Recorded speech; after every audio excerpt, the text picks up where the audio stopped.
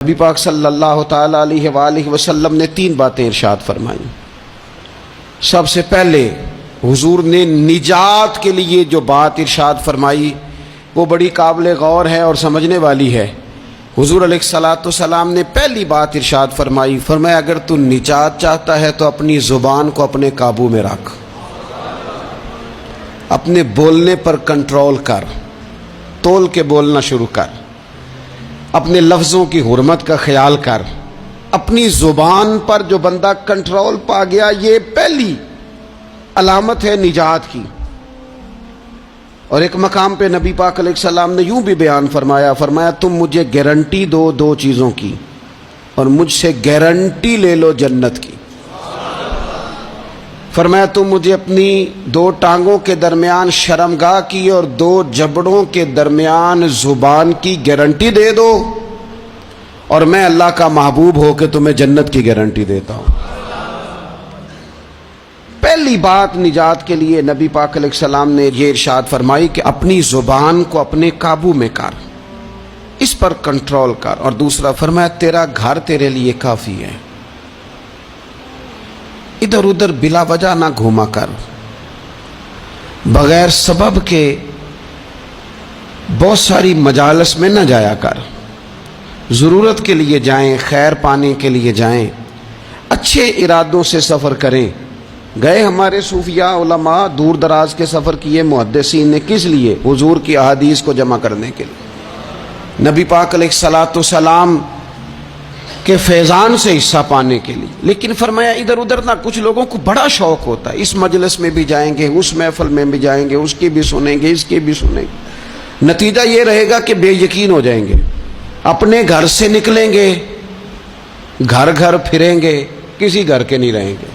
تیرے لیے تیرا گھر کافی ہے، اپنے گھر رہ، اپنا گھر جو ہے وہ تجھے کفایت کرے، اپنے گھر میں قیام کر۔ یہ دوسری علامت ہے نجات کے لیے۔ اور تیسرے نمبر پہ نبی اکرم صلی اللہ تعالی علیہ وسلم نے فرمایا اگر تو نجات چاہتا ہے نا تو اپنی خطاؤں پہ رویا کر، اپنی خطاؤں پہ آنسو بہا، اپنے آپ پہ رو، اگر چاہتا ہے کہ بچ جائے۔ 3 چیزیں نبی پاک علیہ الصلوۃ والسلام نے بیان فرمائی۔ زبان کو قابو میں کرو، اپنے گھر میں قیام کرو، اور فرمایا کہ تم اپنی خطاؤں پہ رویا کرو۔ یہ 3 اگر چیزیں تمہیں میسر آتی ہیں تو پھر رسول پاک علیہ السلام کی زبان فیض حق کے ترجمان سے گارنٹی مل رہی ہے کہ اللہ اس بندے کو نجات عطا فرمائے گا۔ بہت شوق ہے لوگوں کو باتیں کرنے کا، بڑی باتیں، اوئے ہوئے۔ جو بات بڑے مختصر لفظوں میں 2 جملوں میں بیان ہو سکتی ہے، اس کے پیچھے اتنی لمبی تمہید باندھیں گے کہ اصل بات ہی رہ جائے گی بیچ میں سے۔ گفتگو، بات، بولنا، یعنی بات ہو رہی ہے، گفتگو ہو رہی ہے 2 لوگوں کے بیچ، اور کوئی دانا آدمی بات کر رہا ہے تو فٹافٹ مداخلت کریں گے اور جملہ پھینکیں گے، کہیں گے قطع کلامی معاف، اور اپنی بات شروع کر دیں گے۔ تو میں کئیوں کو روک کے کہتا ہوں کہ پہلے آپ پوچھ تو لیں ہم نے معاف کیا بھی ہے کہ نہیں۔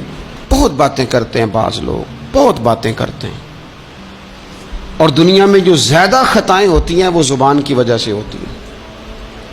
عملاً کوئی کسی کو کیا تکلیف دے گا، ہاتھ کوئی کسی پہ کیا اٹھائے گا، لیکن لفظوں کے تیر، جملوں کے ترش لہجے اور زبان کی کڑواہٹ۔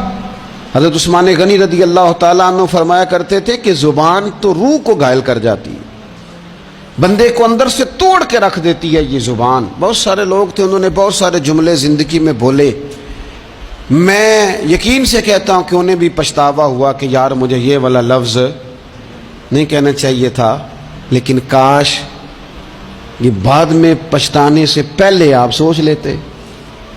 اور بہت سارے لوگ ایسے ہیں جو مجھے پتہ ہے جو وہ کہہ رہے ہیں وہ معافی ضمیر ان کا نہیں ہے، وہ ان کے خیالات نہیں ہوتے، لیکن وہ کہہ دیے انہوں نے، اور کہنے کے بعد اندازہ ہوا کہ یہ ہمیں کہنا نہیں چاہیے تھا۔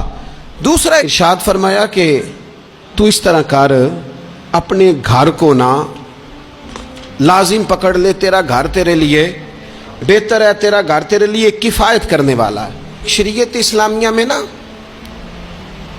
رہبانیت منع ہے، سارے حقوق چھوڑ کے بندہ گھر میں بیٹھ جائے, حجرے میں بیٹھ جائے, مرضی منع ہے.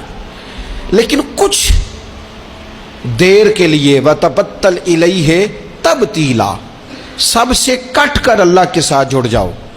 قرآن مجید نے کہا وہ کیا ہے کہ کچھ دیر کے لیے خلوت ضرور اختیار, جیسے آپ اعتکاف میں بیٹھے ہیں, سب سے کٹ کے اللہ کے گھر آ گئے, یہ کچھ دیر کے لیے یہ کام کرنے کا ضرور حکم دیا گیا. آپ دیکھیے حضرت موسیٰ علیہ السلام, اسلام میں رہبانیت نہیں, سارے حقوق چھوڑ کے جانا نہیں, لیکن کچھ دیر کے لیے, تھوڑی دیر کے لیے.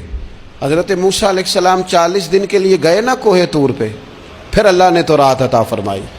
وَإِذْ وَعَدْنَا مُوسَىٰ 40 لَيْلَةً, ہم نے موسیٰ علیہ السلام سے 40 راتوں کا وعدہ لیا. نبی پاک علیہ السلام کتنے دن جا کے پہلے غار حرا میں بیٹھے, پھر اللہ تعالیٰ نے وحی عطا فرمائی.